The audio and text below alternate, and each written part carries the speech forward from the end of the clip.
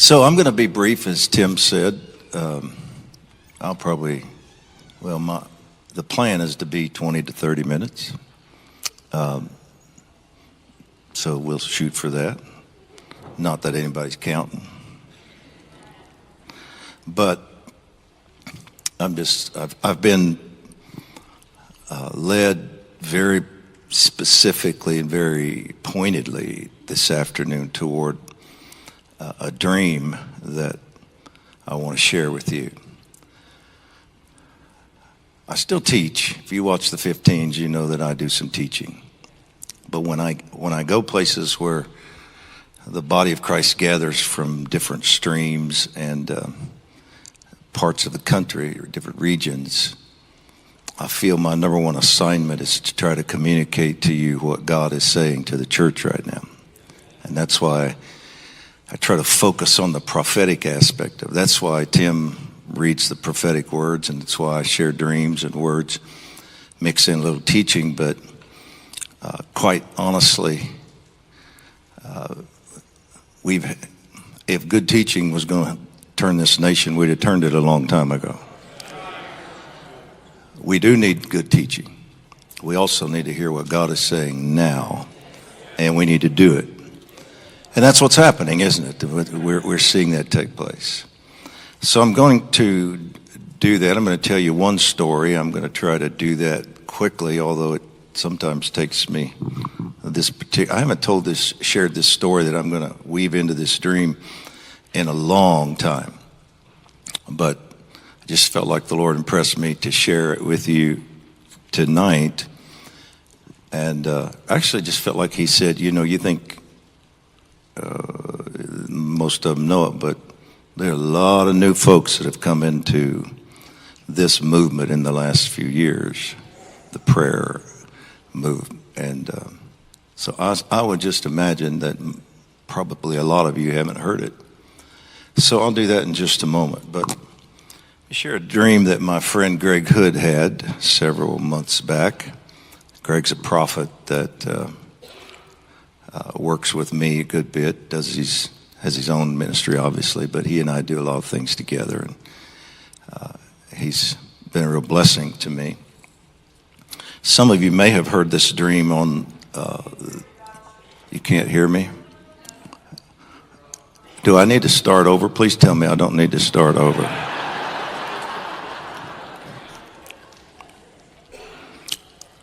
How many of you have no idea what I've been saying? Only a few old people there. Shh, bring your hearing aid next time. Man, I'm starting to get those looks and comments from my wife and kids, and I just think, where is your respect? I mean, you need a hearing aid. Well, you need to repent and show me some respect. That's what that is.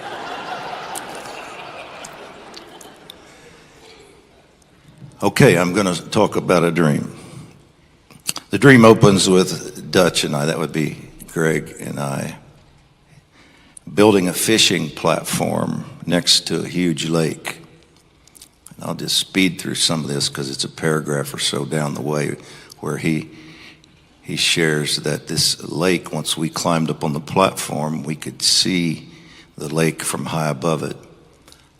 It was the shape of America. So and we were going to fish. So it's talking about harvest in America. As we built it, we talked about the fish we were going to catch and how big they were going to be. We were just really excited to be going fishing. But as we began to raise the platform, we placed it at 22 feet high above the lake, we thought. As we climbed the steps to reach the top of the platform so we could fish, it seemed to be much higher than we built it. We climbed and climbed and climbed. As we reached the top, there was an angel standing on the platform waiting for us. He had tacked a sign there that read, not 22 feet, but this sign said 222 feet. We could see from here that the lake was shaped like America. Dutch turned to me, he said, and looked at him and said, I don't think we're going to get to do any fishing today. Let me just pause right here because this dream is really loaded with some important things, but I want to tell you a quick story that'll help you understand why this was 222 feet. If you followed me for any length of time, you know that the life verse of Scripture God has given me is Isaiah 22:22. It says, I will give you the key of the house of David, put it on your shoulder, and you'll have authority to open doors no one can close and close doors no one can open. It's quoted again in the book of Revelation. These are the keys of the kingdom Jesus spoke of in Matthew 16. So I'm not the only one that has these keys. They represent his authority to open and close, to bind and loose, forbid, allow.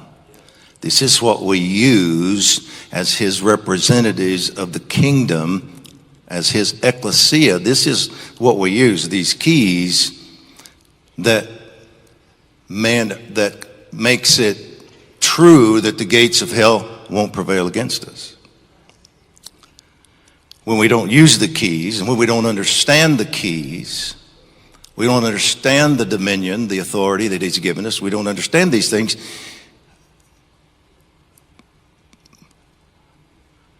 the gates of hell prevail. What God is doing right now is building a church that is moving to higher and higher levels of revelation and insight. And it's going to go higher. There is a spirit of revelation being released in the church. And at a certain point, it's going from the church to cities and hovering over cities and nations, this spirit of revelation. But the body of Christ is understanding more and more and more that we do have the authority of the King. And we do have authority to bind and loose, forbid, allow, open, close. And we are beginning to move in this authority. Now, several years ago, when God first started sending me to the nation on prayer assignments, this would have been back somewhere in the neighborhood of 2000, maybe a little before. I jumped on an airplane and I sat in row 22. I looked at my departure time and it was 2:22 p.m. Then the flight attendant said the travel time to our destination will be 2 hours and 22 minutes. And I thought, wow, what a coincidence. 22C, 2:22, 2 hours and 22 minutes. And then my phone rang. We hadn't closed the door yet. And on the plane, and my phone rang, and it was one of my spiritual fathers who said, the Lord just said, call you and give you Isaiah 22:22. And he quoted the verse. Well, it doesn't take me long. I'm sharp. After the fourth time when he said that, I got it. I realized God was talking to me. And so he prophesied to me on the phone. He said, you're going to move into a new authority in this nation. And God's going to use you with this verse of Scripture. And you're going to open doors, close doors, and on and on. He said several things. I went through then a 2 to 3 week season where altogether God gave me somewhere in the neighborhood of 45 probably confirmations. True confirmations, like you go to a hotel and your room is 2:22. You wake up at night and you look at the clock, it's 2:22. Give you the keys, the key of the house of David. People started walking up to me in meetings giving me keys. key rings, dozens, plastic keys, metal keys, keys to the city here and there. One guy gave me a ring of little keys. He said, I don't know why I'm supposed to give you these, but I mean, prophetic people they're weird enough to do this stuff. Set of little keys, about, small keys. Every key had the number 222 on it. I said, what's that mean? He said, I don't know. All right. One guy walked up to me after my service. This was before 9/11, so this didn't freak us out too much. He walked up to me after the service. He kind of waited till everybody left. He was just about the only one there. And I knew him, so I wasn't freaked out by what he's about to do.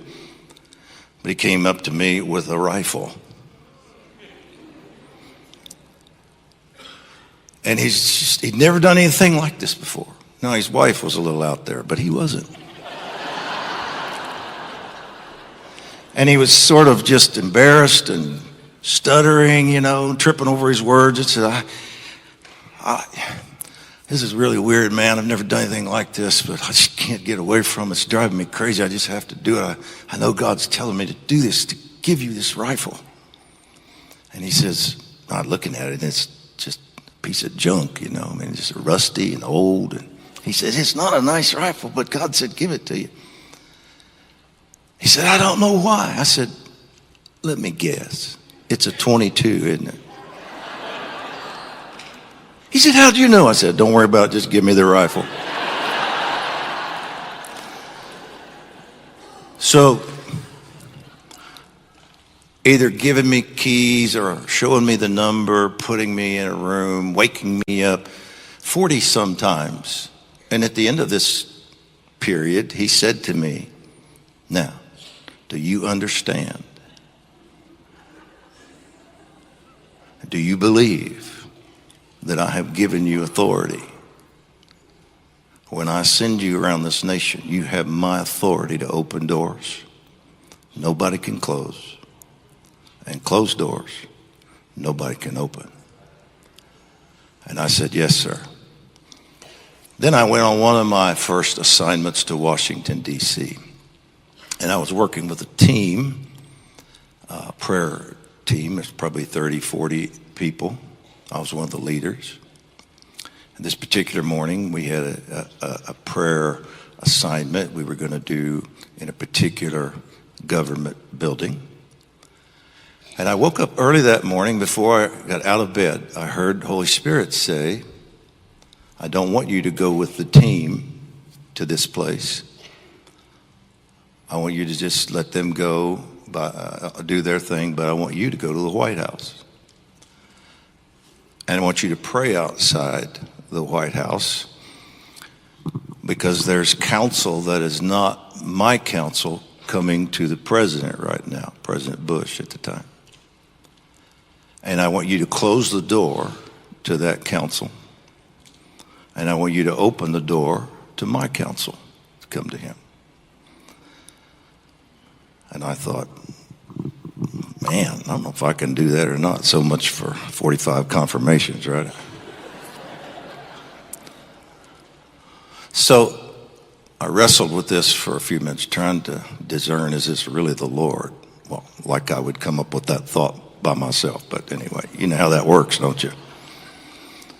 Finally, I called Cece and said, what do you think? She said, I think it's God. I think you better do what he's saying.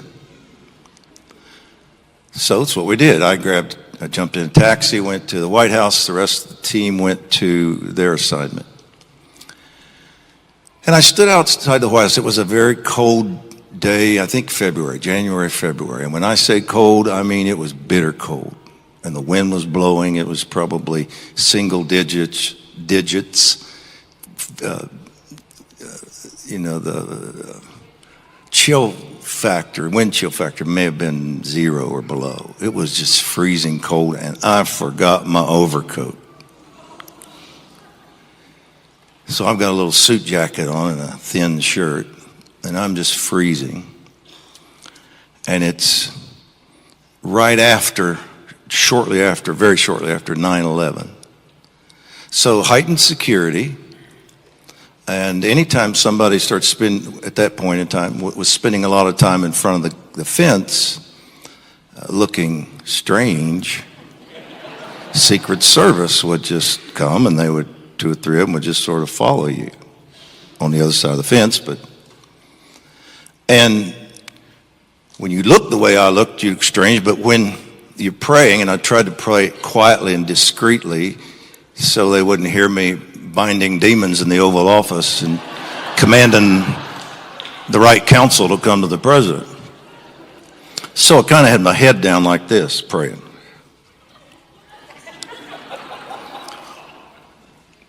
So, it looked a little suspicious. Who's he talking to? Where's the microphone, So I'm walking back and forth, just speaking this word and quoting this scripture to the Oval Office up in the White House. Freezing. The Secret Service guy is 20 feet away on the other side of the fence, shadowing me everywhere I go. And by the time I did this about 30 minutes, and I was so intimidated and so insecure and in so much unbelief that I finally just stopped and said, I had this conversation with myself. Who do you think you are? You get a verse of scripture and a few confirmations, and you think you can go anywhere and just do anything, and you think you can pray a prayer and change what happens up there all by just you. And you're just arrogant, you're full of pride, and you probably messed up. The group was really counting on you to help lead the team over there. You're supposed to be there. You just messed up the whole thing. And I was freezing and I was shaking, and I said to myself, I'm going back to the hotel and get warm. And I turned this direction to walk to the taxi stand. And when I turned that direction, a lady behind me that had been following me finally got the boldness and the nerve to decide she's going to talk to me. So she stepped toward me when I stepped this way, and we met right here. And I jumped back, and she jumped back, and I noticed next to her is a baby stroller. And she's shy and nervous, and she said, I've never done anything like this before, but I know you're going to think I'm crazy, but I just have to do this. And she said, is your name Dutch Pierce?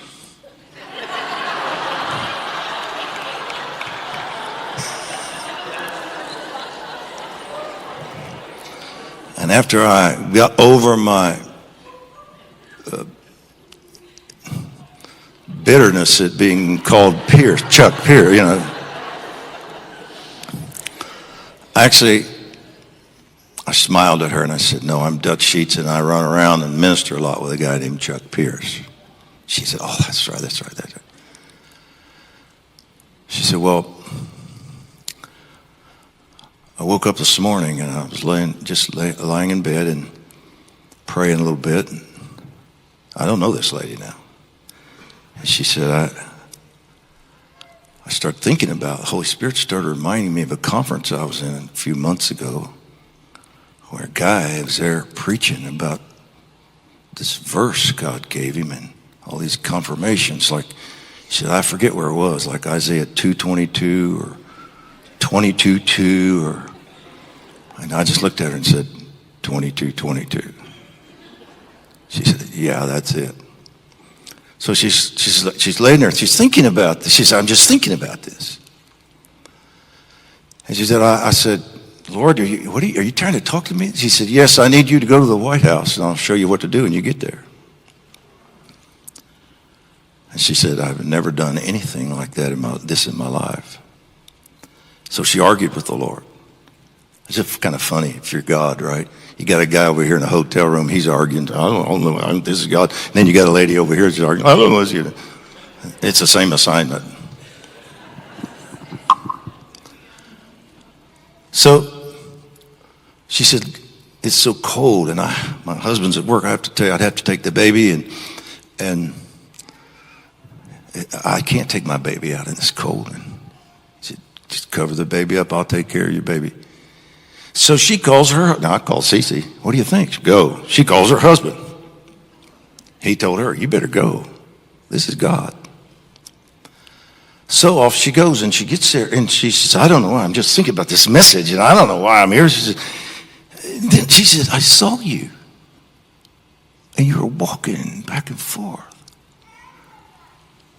And she said, I thought, that's him.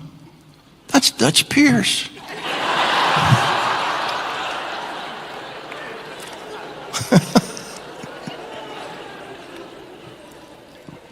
She said, Lord, what do you want me to do?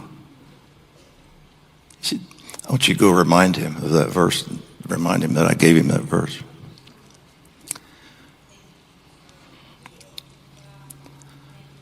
She said, God, I would be so embarrassed to do that. Why would I? He preached it. You gave him 40-some confirmations. I would feel like a fool going up and giving him that verse of scripture. Lord says, do it. So she calls her husband. Tells him. He said, well, how can this be a coincidence? You're thinking about this sermon? Laying in bed, God says, go to the White House. There he is.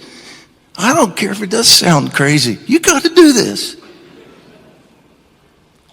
So she finally works up the nerve, steps toward me, and when I turn around, and she told me all the story I just told you, and then she just kind of straightened up, put her chin up, and said, God says, remind you of Isaiah 22:22.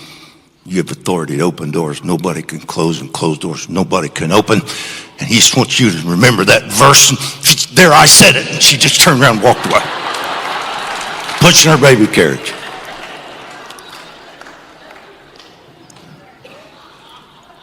And I was probably more shocked than I've ever been in my life.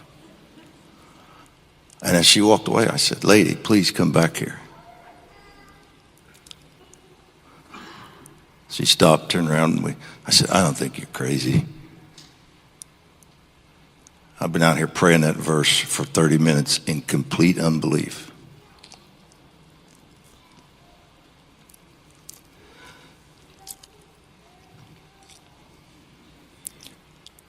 And God sent you here to correct me.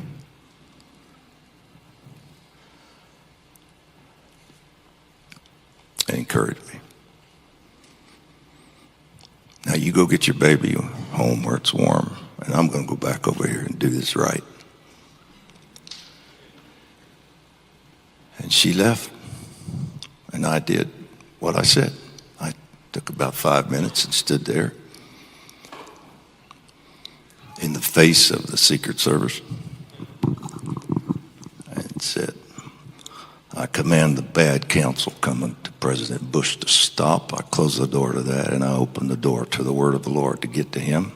I don't care how it happens. And then I went and got in a taxi, and the Lord spoke to me on my ride to the hotel, and he said something like this: don't you ever make me get mama and her baby out of bed again.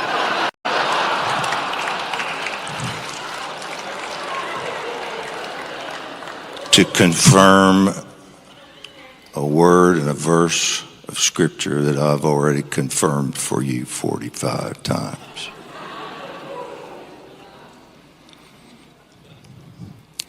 And so far as I know, I've never doubted it again. When I know he sends me somewhere, I know I have authority to do that. But so do you.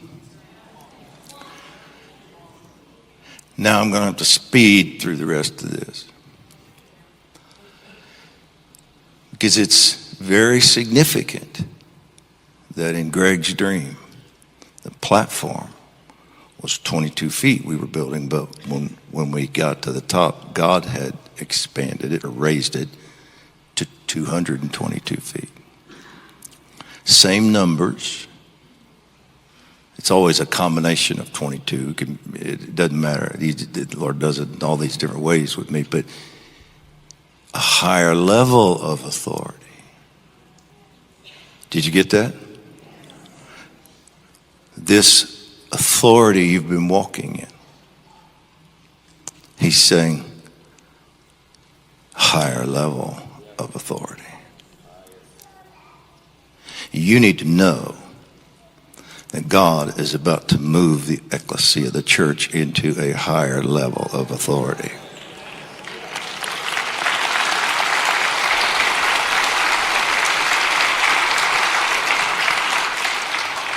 Now, the angel showed up, and the angel said, I need you guys to go over here to this airport, Chattanooga. I'm going to speed through this.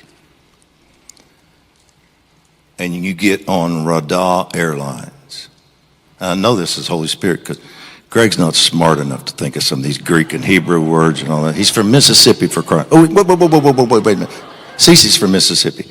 You are a bright man. You are a smart man, honey, if you're watching. Mississippi is the place. Radah Airlines. What is that? Well, that's the word for rule or have dominion in Genesis 1:28. The word rule there, when God told Adam to rule over the earth, the word is Radah. It's also in Psalm 110 and elsewhere where he says, rule in the midst of your enemies. He's going to put the scepter of the king, Psalm 110 says, in the hands of the church. And he's going to say to us, you rule now in the midst of your enemies. Radah. So it's another word that has to do with dominion. So in this dream, God is going to great lengths to say, this is about a high level of authority that I need for you to operate in. So he gives us the 22, he raises the platform, and then he says, go to Dominion Airlines. We step off, and told us where to fly to, which I'm not going to go into. We step off the platform, we don't climb down, we're translated in the dream to this airport and to this airlines, and we're translated to gate 12, and they said, hurry up and get on here on this plane, we've held it for you.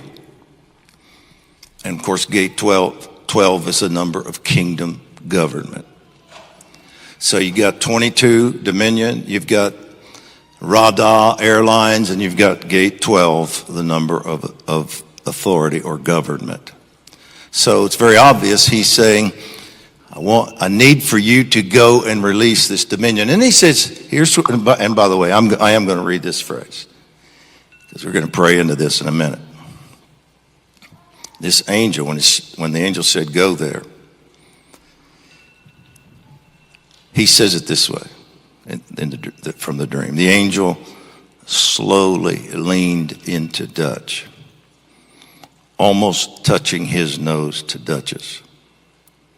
And with a soft yet strong and forceful tone said to him, and then all these words are in caps, the Lord says to you, do not be late. The flight is on schedule. Don't miss the flight. This is the flight of your life. Off we go. We fly to a place which I won't mention the name of the place or the ministry leader because I don't have his permission to do so. But we fly to the headquarters of one of the leaders of the Word of Faith movement. He greets us when we get off the plane with the angel that had been with us. The angel said, when you get there, I'll meet you there. He meets us with this man. This man comes to me, leads to Greg and I, leads us out into a field and shows us a field full of these strange creatures that are part sheep and part lion. They have the body of sheep but the heads of lions. And he says these are, this ministry guy, he says these are a rare breed that are born as sheep, but they're supposed to metamorphose into lions. But something has happened to stop the process, and now they just lay here and they're dying. And if something doesn't happen quickly, they're going to die, all of them. And then he looked at me and said, what do we do?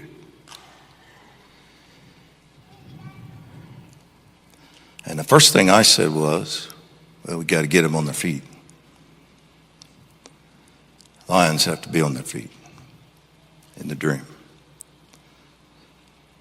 And so I walked to the edge of the field.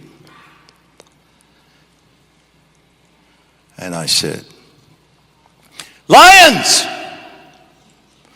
to your feet.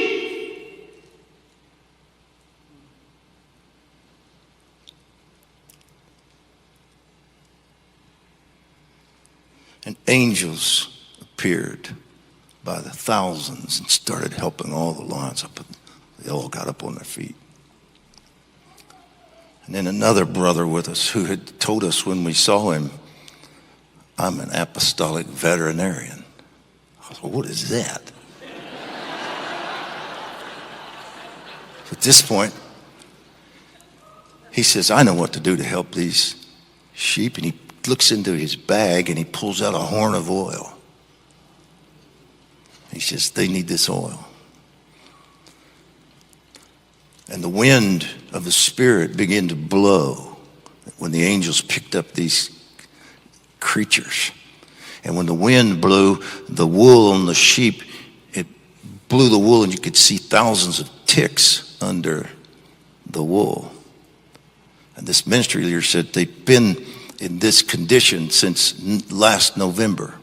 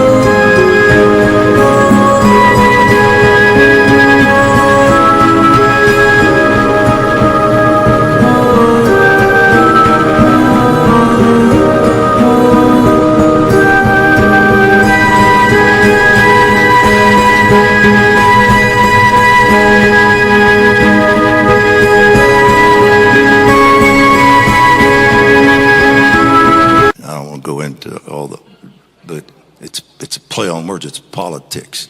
The election of 2020 so stunned and shocked members of the body of Christ that it threw them into a paralysis. And they don't know what to do. And it's causing them to be stunted in their growth and to hesitate and say, do we really have the authority that we think we have?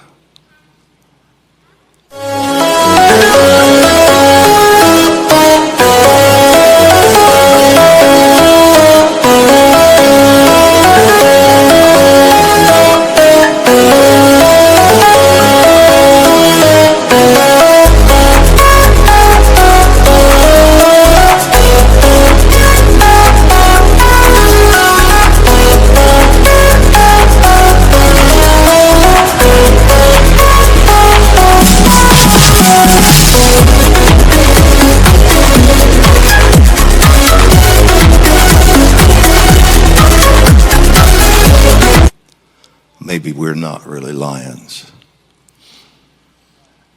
Maybe we're just sheep. And the apostolic vet said, I know what they need. And he pulled this horn of oil out and I grabbed it and I blew through it. And the wind of the Spirit blew the oil all over the creatures, and the oil killed all of the ticks. Yeah, it's right. And they healed immediately. And before our eyes, they began to transform into lions. And then this roar began to go up from the field. And then the apostolic vet ran out and started checking and said, this is a female lion. She's pregnant. And then lions started giving birth all over the field. And this Word of Faith leader is just standing there the whole time speaking this passage of Scripture from Samuel. And the more he would speak this passage of Scripture from this book of Samuel, the more he would just say it. He started singing it. The more he would sing it, the louder the lions would roar.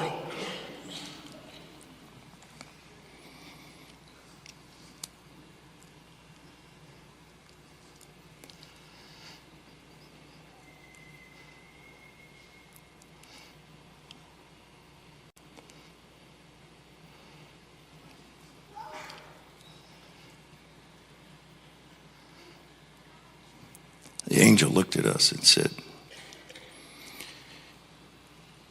"This is the beginning of Operation Release the Roar."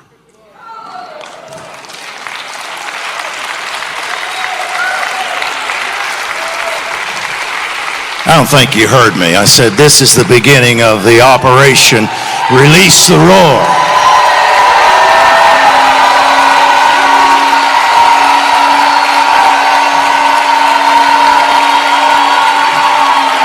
Some of you don't know what it means to roar.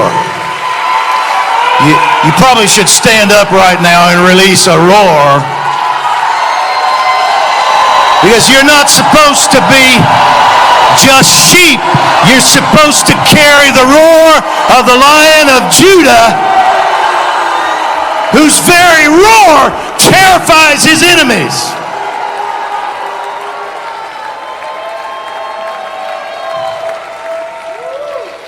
Now here's what we're going to pray into. You can sit down for another minute.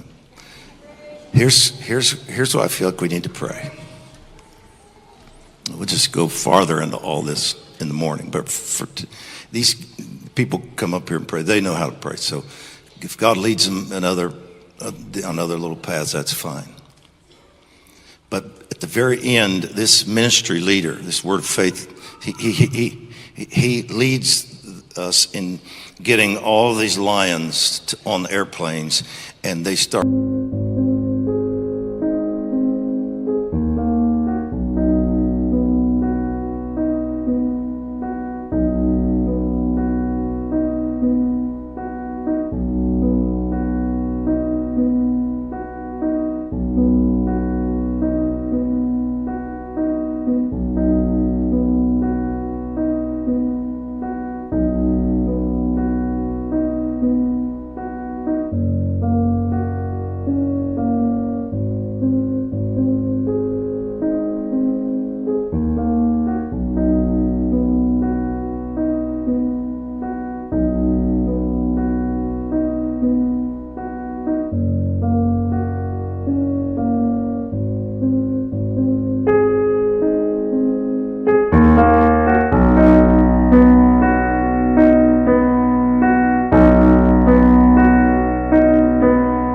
Being sent all over the nation. And then an angel comes to me and hands me some papers and said, this is the flight manifest for these planes.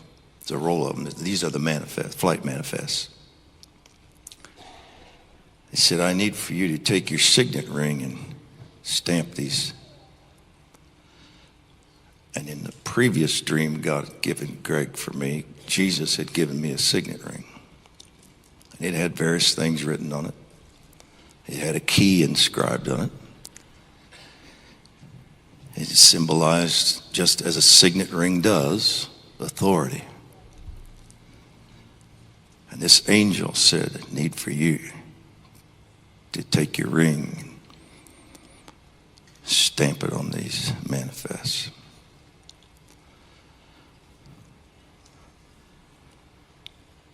That part of the dream has never spoken to me much. It just fascinated me. But today,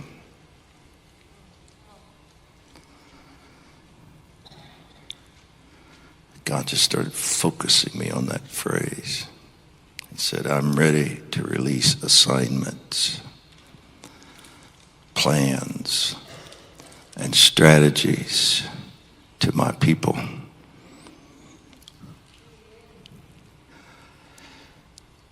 And when he says in the dream to me, which in most of these dreams, I picture us. That's the way God talks to me through these dreams. It's not primarily me, it's who I represent. The praying church, the ecclesia. God is saying through this dream, I'm ready to release fresh strategy.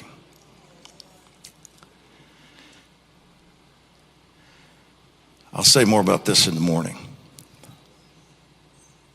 But if he was saying, you need to stamp this with your ring, he's saying to us, I need for you to use the authority I've given you and release these strategies. I need for you to release these strategies. And the Word of Faith guy looked at me at the end of the dream and he said, I'm so glad you got here on time because we're not called to raise sheep. We're called to release lions.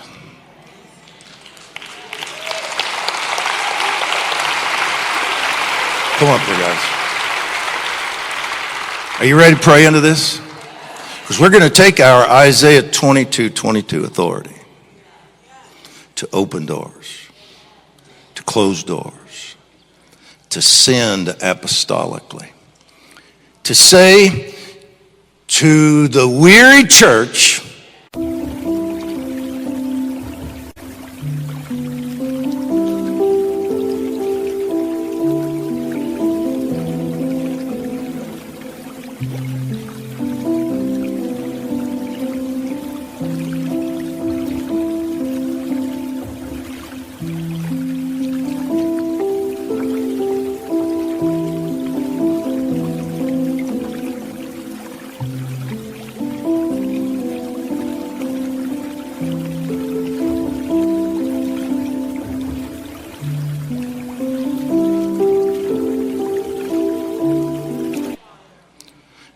confused church, shell-shocked church. I don't know if I have authority to do this or not. Well, I'm here with a baby carriage tonight, okay? I'm here to say to you, yes, we do have this authority. And November 2020 was not the final chapter. God has a plan. He was not caught by surprise. He's allowing these things to happen. He has no intention of turning this nation over to the powers of darkness. America shall be saved. And America shall accomplish everything God has called this nation to be and do. And God's about to raise up a tribe of lions, a pride of lions, with the roar of the king. And we're going to pray into these assignments right now. You want to prophesy first or you want to pray? Now, Lord, by the authority you've given to us, we release the strategies of heaven into your leaders and into the body of Christ right now. We say to angels that have rolled up pieces of paper that represent assignments, strategies, revelation. We say, we release them by the authority you've given to us. And I say, go to pastors now all over this nation and begin to speak to them. Go to ministry leaders all across this nation and begin to speak to them. Go to the prophets and begin to awaken them with specific assignments and instructions of what to do. We say revivals will spring up across this nation. Outpourings of Holy Ghost will spring up across this nation. And so, Lord, we say these strategies are now being released. We send them forth just as you showed in the dream. And we break off of the church any dullness. We break off of leaders any inability to hear, any confusion that the enemy has created. We say be still. Get yourself still and listen to him. Silence the voices of fear and unbelief and confusion, and listen to the Lord Jesus Christ and Holy Spirit. So Lord, we break off every assignment of confusion now. We break off that hope deferred thing, those ticks. We break all of that off. And even the prophets and different ones that started apologizing and saying, I guess this wasn't God's will, or, he wants to. We just break that confusion off of the church right now.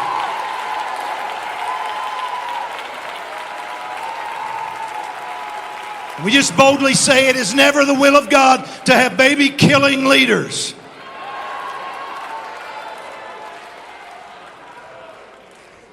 That mock Him and mock His name and mock His ways. So Lord, we break that confusion off. And we say to those ticks, you must die. I'm not talking about people, I'm talking about the lies of the enemy. So Lord, now we ask you for the very wind and fire of Holy Spirit to begin to move upon members of the body of Christ. Specifically, my heart is drawn to leaders right now. I know we all here and we all have a part to play. And some of you intercessors, you've just been doing this for a long time. But I feel like God is showing me that there are leaders in the church right now that are frozen. They're paralyzed with fear, confusion, discouragement, hope deferred, unbelief. They don't know what to do. I say, come on, let's get in agreement with it. We break that off. We break that lying spirit off of them and that spirit of fear off of them. And we say, you will no longer listen to demons.